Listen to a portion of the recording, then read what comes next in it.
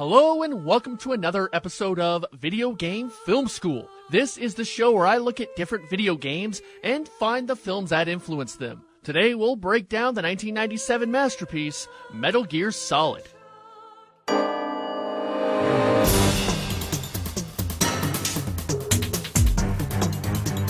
Hideo Kojima is the king of creating cinematic experiences. Metal Gear Solid's complex storytelling, interesting characters, and cinematic cutscenes paved the way for video games to become more like films.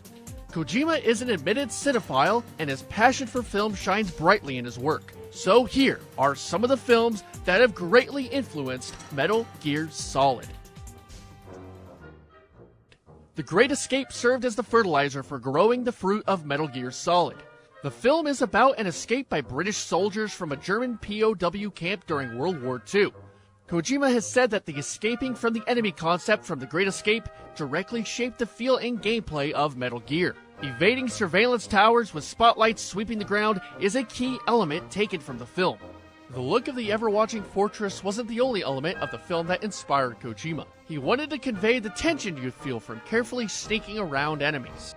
In the middle of the movie, for instance, there's a climactic scene where 250 hostages try to escape together. This is truly a stomach acid-inducingly tense scene. The thrill, the tension. I wanted to recreate this experience for real in Metal Gear Solid. Originally, Kojima wanted to make a war game focused on this element of escape, but opted instead for a more orthodox action-adventure focusing on infiltration. The concept of distracting and luring enemies away to infiltrate a base was motivated by the World War II film The Guns of Navarone.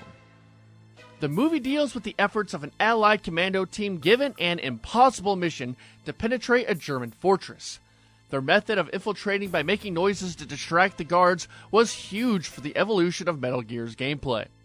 When they are done climbing up the cliff, the silence until then works effectively. You hear the noise used to lure the guard very clearly. The ear used to silence catches this noise like an explosion that refuses to stop echoing. This sequence is one that plays a big role in the birth of Metal Gear Solid. Kojima wanted to epitomize the feeling of accomplishment felt when completing a mission that was seemingly impossible, the same feeling he had when watching the film. What influenced me the most is the catharsis you feel after infiltrating a place no one else can and completing a mission no one else can. It is the courage and ecstasy of overcoming limits and making the impossible possible that I wanted to experience in a game. This feeling of mine is what led to Metal Gear Solid. The core of Metal Gear Solid, one man carrying out a mission against all odds, bears a striking similarity to the revered film series James Bond.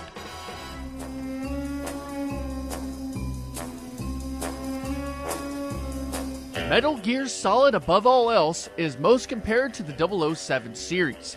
You have a lone spy infiltrating a base full of charismatic villains set to rule the world with a secret weapon hidden inside their underground lair. The 007 series is what influenced me the most regarding the birth of Metal Gear Solid. The nucleus of the idea of Metal Gear Solid, a secret mission on which hangs the fate of the world, spy versus spy, and espionage action, is all there in 007. Without 007, there would have been no Metal Gear Solid. Guns, cars, women, gadgets, life-risking stunts, and memorable music are all staples of James Bond films present in the game. Snake and Bond are smart, witty, charming, and always get the girl, even if they're a bit... Yeah, you've got a great butt. ...behind the times. The famous Bond trope of getting caught, tortured, and then escaping after the villain reveals his master plan is present in Metal Gear Solid's story. However, Snake is a more modernized version of Bond. He trades in his tux for a skin-tight camouflage suit, although James Bond's signature tuxedo is unlockable once you complete the game for the second time with the second ending. Although the way Snake sneaks through Shadow Moses through air vents and elevator shafts seems to be a nod to the film Die Hard, it was actually inspired by the horror classic Dawn of the Dead. The concept of a 3D maze composed of elevators and ducts is from Dawn of the Dead. While escaping came from The Great Escape, infiltrating came from The Guns of Navarone, dealing with the enemies in a closed building comes from Dawn of the Dead. Fighting enemies scattered in a closed area while making maximum use of the structure of the building. Metal Gear Solid implemented the use of limited perspective through various camera angles made possible by switching between the first-person view, the objective view, and the corner view camera that visualizes the distance between the player character and the enemy. This gave the player a more personal perspective and a different angle when scouting out surroundings. This use of a first-person angle was roused by Alfred Hitchcock's North by Northwest. It is Hitchcock's use of the first-person view that resembles one of the key features in Metal Gear Solid. Since the player can enter first-person view freely in Metal Gear Solid, it was difficult to direct certain scenes as I would have wished. However, limiting the perspective to a first-person view does create this sense of unity between the player and the character, and it is essential to the tension of infiltration.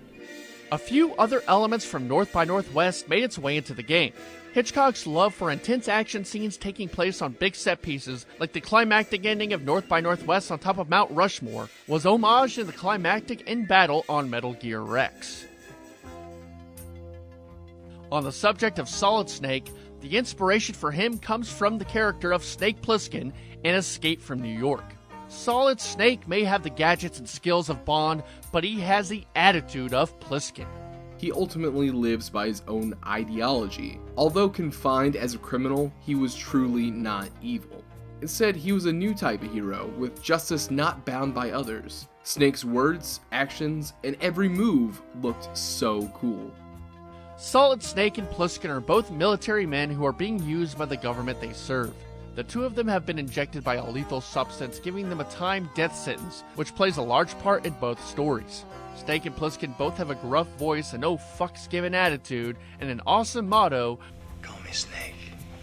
It's Snake. Snake Plissken even sports an eye patch, which is given to Big Boss in Metal Gear Solid 3, but that's for another video. Snake Plissken wasn't the only action hero to inspire the character of Solid Snake. When designing the character of Snake, Kojima based his physique on Jean-Claude Van Damme, while his facial appearance was based off of Christopher Walken. The bandana Snake wears, believe it or not, is not a Rambo reference, but an homage to Robert De Niro's character in The Deer Hunter. As for other characters in the game, the pistol-twirling revolver Ocelot is straight out of a spaghetti western. His look was based off Lee Van Cleef's villainous character in The Good, the Bad, and the Ugly, and his gunplay skills are from Kojima's favorite western film, Django. Psycho Mantis's powers were inspired by the 1978 sci-fi film The Fury, a film about a boy with psychic powers. Kojima even used the scene of a boy floating as a major influence for Mantis's movements. The scene in the film where Snake and Meryl are being attacked by an unknown sniper is an homage to Stanley Kubrick's Vietnam War film, Full Metal Jacket. In the film, the platoon is getting picked off by a sniper they cannot locate. Upon further investigation, they find a woman behind the sniper fire. This was the inspiration for the character of Sniper Wolf. Furthermore, the two heroes in Metal Gear Solid share their names with characters from Kubrick's 2001 A Space Odyssey. Hal Emmerich's first name is derived from the film's supercomputer villain, HAL 9000. At the end of the game, Solid Snake reveals that his real name is David, the name of the main protagonist in 2001. Space Odyssey, which is one of Kojima's favorite movies of all time, also influenced the theme of technology getting out of hand in Metal Gear Solid.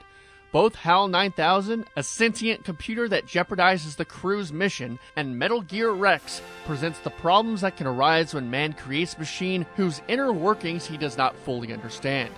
As for Metal Gear Solid's anti-nuke themes, look no further than another sci-fi film from the 60s, Planet of the Apes. Everyone is familiar with the iconic image of Charlton Heston on his knees screaming at a nuked-out Statue of Liberty. This image made an impression on young Kojima, who grew up in a country that had been greatly affected by nuclear warfare. In the film, Charlton Heston crashes on an alien planet run by apes who view man as inferior creatures. The ape leader, Dr. Zaius, who knows about late man's destruction of the planet, which is revealed to be Earth thousands of years after a global thermonuclear war, tries to suppress any kind of evidence of past man to save his race of a similar fate.